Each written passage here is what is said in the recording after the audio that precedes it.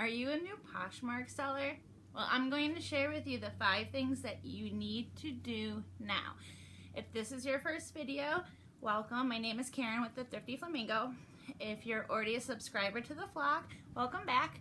So I'm sure you guys have all heard that saying, get your ducks in a row. Some people say chicken, like get your chickens in a row. I prefer ducks.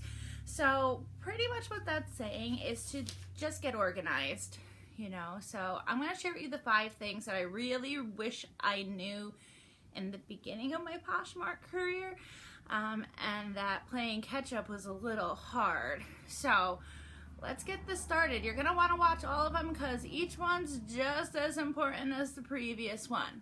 So number 1, the first thing you're going to need to do is you're going to need to dedicate some space. I'm talking storage space. Where are you going to do your packaging? Where are you going to put your product? You know, you actually have to think about, you know, separating life from work. Where am I going to do all this stuff? And everybody has different situations. I live in a condo, so it was a little difficult to find space. Even if it's just, you know, like a corner of a room or the linen closet that you can kind of clear out, and then figure out where your Poshmark area is going to be and dedicate that just for work.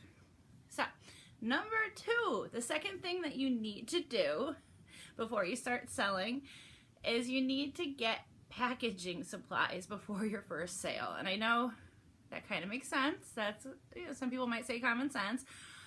But yeah, my first sale, I posted something and I sold it pretty quickly. And then what? Where am I going to put it? I had to like run to the store and get, you know, an envelope to put it in.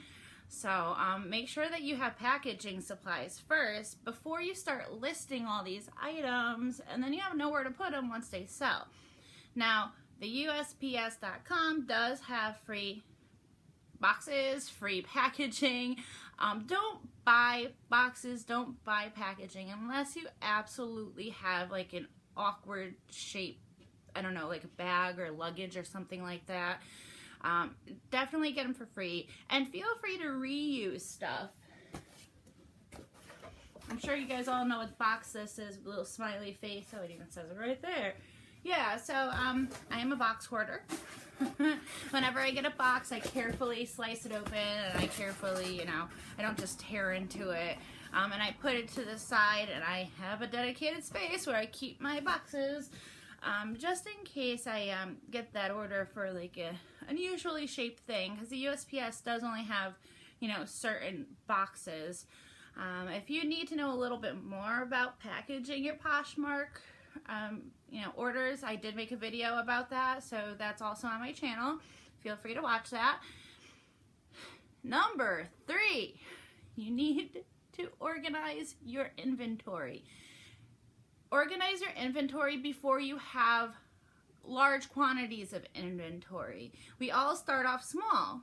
We all start off with, you know, maybe like a couple of products, a couple of things, and then you start growing your business, and it could get out of control really quickly. It's really easy if you have 10 items for sale to know where every single item is. You can keep that all up here.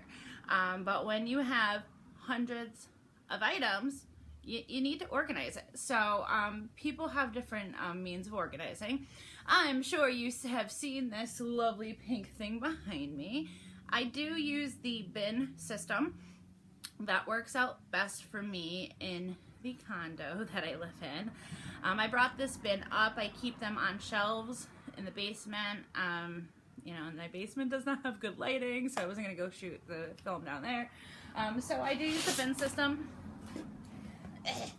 P2. P2 is also a little bit lighter. It's only half full. So when I put something in the bin, my inventory tells me, you know, what bin it's in. So when something sells, it says exactly what bin it's in.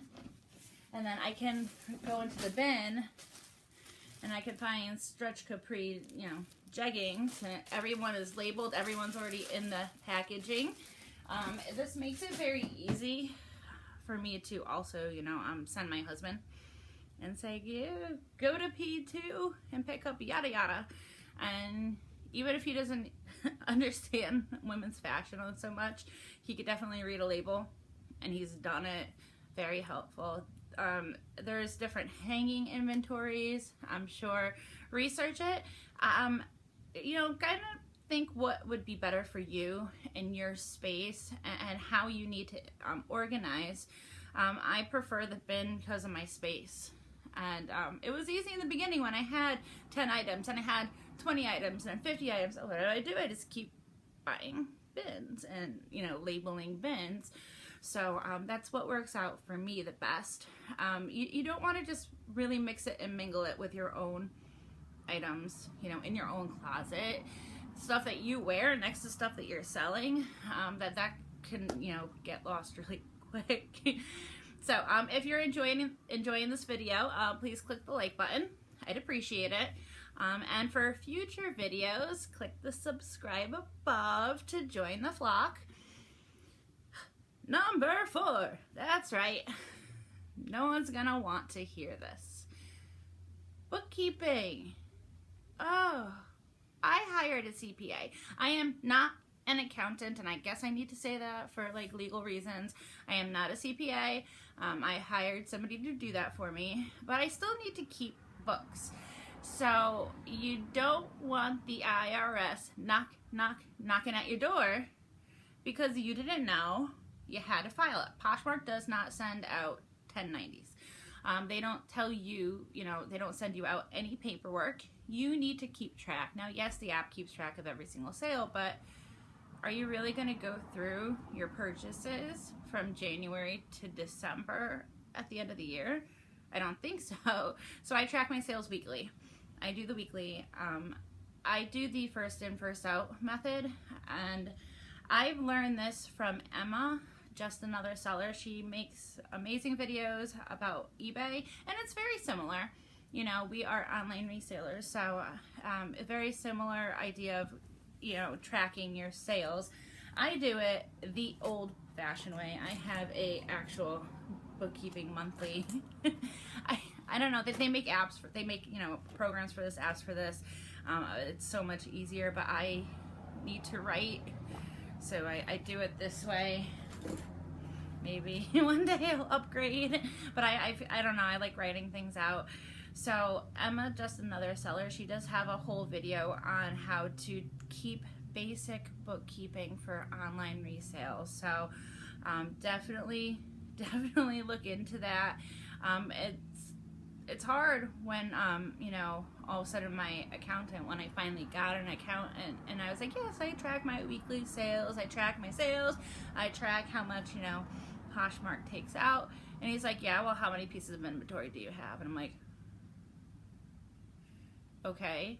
And he's like, well, how many did you sell this week, that week, this week? And I'm like, I couldn't answer any of these questions. I was like, I thought it was sufficient just, you know, keeping track of my weekly sales numbers, and it wasn't.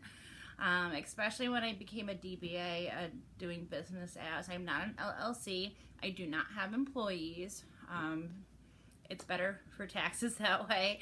But now that I'm a DBA, I do have write-offs, so I need to keep track of this stuff. And you might be thinking, I only sell part-time. I sell as a side gig, little side hustle.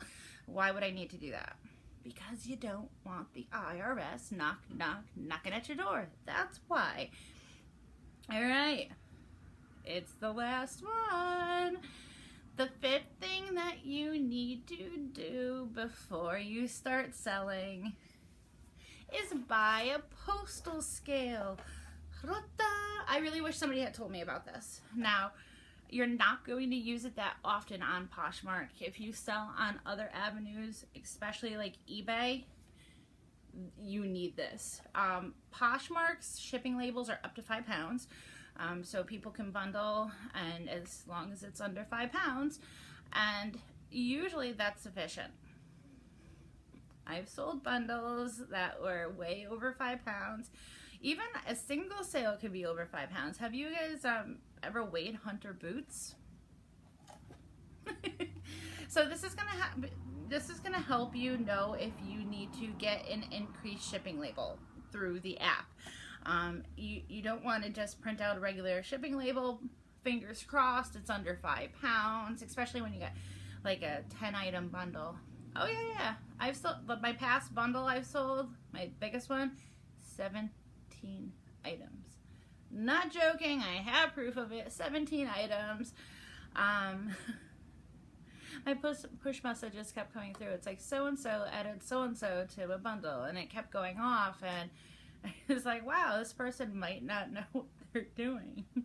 All of a sudden it's like, so-and-so bought bundle of 17 items. I almost fell off my couch. Happy day. So buy a postal scale. This will save you from getting an angry seller, because 2 things can happen. They can either reject the package and send it back to you.